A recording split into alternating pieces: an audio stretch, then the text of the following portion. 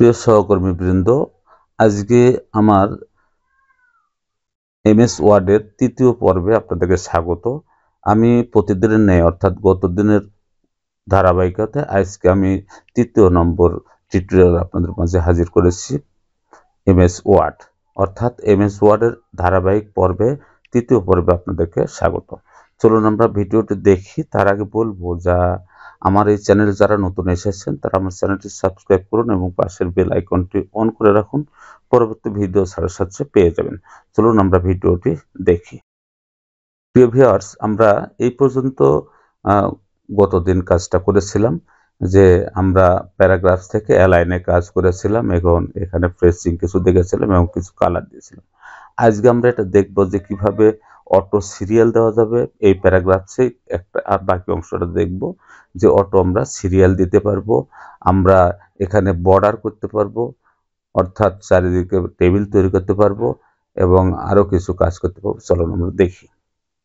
তো প্রথমে আমরা যেভাবে কাজটি করব যে আমাদের এই যে লেখাটি আছে আমরা এখানে মনে করেন যে বর্ডার করব, তাহলে এটা পুরোটা আমরা সিলেক্ট করে নিলাম। সিলেক্ট করে নেওয়ার পরে এখানে দেখেন এই যে লেখা আছে বর্ডার্স। এই বর্ডার্সের যে ড্রপ ডাউন অ্যারো আছে মেনুটা, এখানে মেনুতে ক্লিক দিব। দেওয়ার পর দেখেন এখানে আছে বটম বর্ডার। দেখেন নিচে আমি এখানে ক্লিক দিলে নিচে বর্ডারটা আসবে দেখা যাচ্ছে। এখানে আছে টপ বর্ডার, উপরে বর্ডার। অনেক সময় লেখার জন্য আমাদের উপরে বর্ডার থাকতে হয়। আমরা জানি যে অনেক সময় উপরে আমরা বর্ডার সেট করে থাকি। তারপরে এটা দেখেন লেফট বর্ডার অর্থাৎ বাম সাইড বর্ডার। অনেক সময় আমাদের অনেক লেখাতে বাম সাইডে বর্ডারের প্রয়োজন হয়, এটা আমরা সেখানে ব্যবহার করতে পারি। এটা রাইট বর্ডার অর্থাৎ ডান সাইডে বর্ডার, এটাও আমরা ব্যবহার করতে পারি। যদি এখানে আমরা ক্লিক দিই তাহলে রাইট সাইডে বর্ডার হয়ে যাবে। তারপর এখানে নো বর্ডার অর্থাৎ কোনো বর্ডার এখানে থাকবে না। আর এখানে আসলে এখানে দেখেন এটা অল বর্ডার অর্থাৎ পুরোটাই এটা বর্ডারের আওতায় আসছে। তাহলে এখানে আমরা যদি ক্লিক দিই দেখেন এটা কিন্তু আমরা আসলে কোনো বর্ডার তৈরি করেছিলাম না, কিন্তু টেবিল তৈরি করে অটো কিন্তু একটা টেবিল হয়ে গেল। তাহলে এটা আমরা এইভাবে বর্ডার করতে পারি, মানে বর্ডারের মাধ্যমে টেবিল তৈরি করতে পারি। আবার এখানে দেখেন আরেকটা দেওয়া আছে যে আউটসাইড বর্ডার। এখানে দেখবেন যে আমাদের যে অল বর্ডার আছে আর এটা হলো আউটসাইড বর্ডার। মানে কি, এটা অবশ্যই আমাদের অল বর্ডারটা আমরা নো বর্ডার করে নিলাম। নো বর্ডার করার পরে এখানে দেখেন আমরা কি দেখবো যে আউটসাইড মানে চারিদিক দিয়ে দেখেন চারিদিক দিয়ে বর্ডার হয়ে গেল। এই যে চারিদিকে আমাদের লেখা অনেক সময় বিভিন্ন সময় লেখার চারিদিকে আমরা বর্ডার তৈরি করে থাকি। তো এইভাবে আমাদেরকে তৈরি করতে হয়।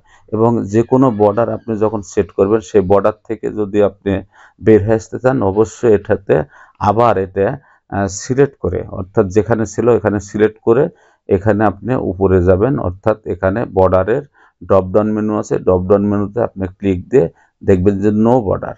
তাহলে এখানে নো বর্ডার করে দিলেন, তাহলে অবশ্যই আপনার কোনো বর্ডার থাকবে না। তো এইভাবে আপনি বর্ডার দিয়ে একটা টেবিল অনায়াসে তৈরি করতে পারেন। তো প্রিয় ভিউয়ার্স, আর এরপরে আমাদের আছে দেখেন এই যে আমাদের প্রথম এখানে আমার সোনার আমি আমি তোমায় ভালোবাসি লেখা আছে।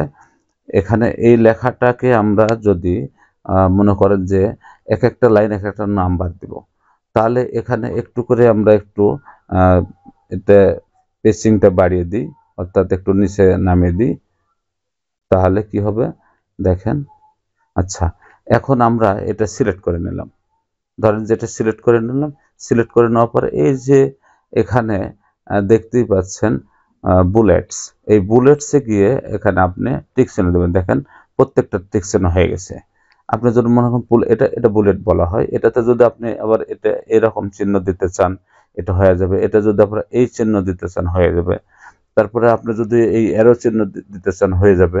আপনার ইচ্ছা, আপনি যদি একটা কুল চিহ্ন দিতে চান গোল, এটা হতে পারে, এটা একটা বিন্দু হতে পারে, এটা চতুর্ভুজের মতো হতে পারে। আপনার ইচ্ছা, আপনি যে চিহ্ন এখানে ব্যবহার করেন প্রত্যেকটা লাইনে সেই চিহ্ন পড়ে যাবেন। এটা বুলেটের ব্যবহার। তো এই বুলেটের ব্যবহার, এটা আপনি যদি অটো নম্বর দিতে চান তাহলে এখানে আসেন।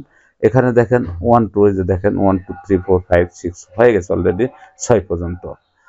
তারপরে যদি আপনি মনে করেন যে এখানে নম্বর দেবেন, তাহলে এখানে নম্বরটা ক্লিক করলেন, তাহলে দেখেন আমরা কিন্তু নম্বর দিয়েছিলাম না, কিন্তু লাইনটা আলাদা করে দিয়েছিলাম, অর্থাৎ আলাদা লাইন আলাদা নম্বর অটো পড়ে গেছে। 1 2 3 4 5 এবং 6 এ পর্যন্ত পড়ে গেছে। তো প্রিয় ভিউয়ার্স, আমার প্যারাগ্রাফসের উপরে এই পর্যন্ত ভিডিও ছিল। আপনারা সবাই অনুশীলন করুন, তাহলে অবশ্যই এই বিষয়ে আপনারা এক্সপার্ট হবেন। আমরা পরবর্তীতে আবার পরের আরেকটি বিষয় নিয়ে এখানে আসব। সবাই সুস্থ থাকুন, ভালো থাকুন, এই কামনা শেষ করছি। সবাইকে ধন্যবাদ।